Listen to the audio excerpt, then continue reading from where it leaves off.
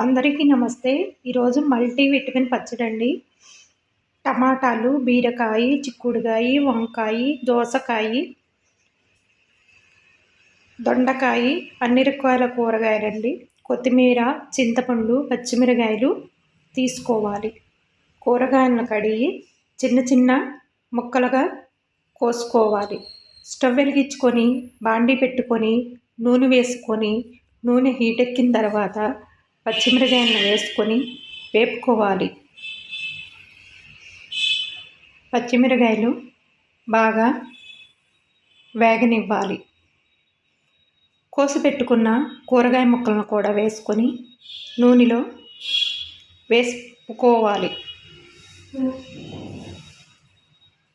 నూనెలో కూరగాయ ముక్కలను బాగా వేపుకోవాలి. పచ్చడి అయితే చాలా టేస్ట్గా ఉంటుందండి.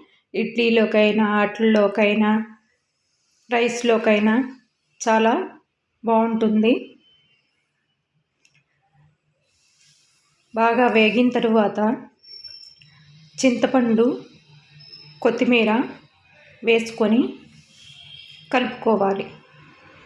కలుపుకొని బాగా నూనెలో మగ్గనివ్వాలి.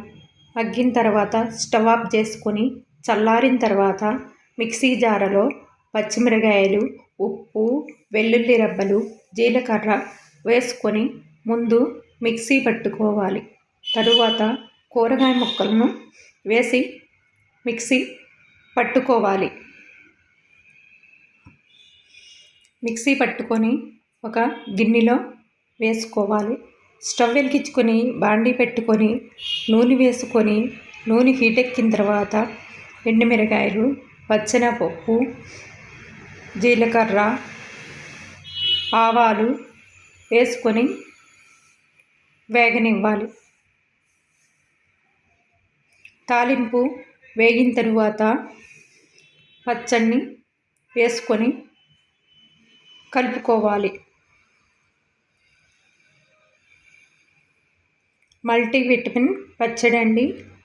స్టవ్ ఆఫ్ చేసుకోవాలి.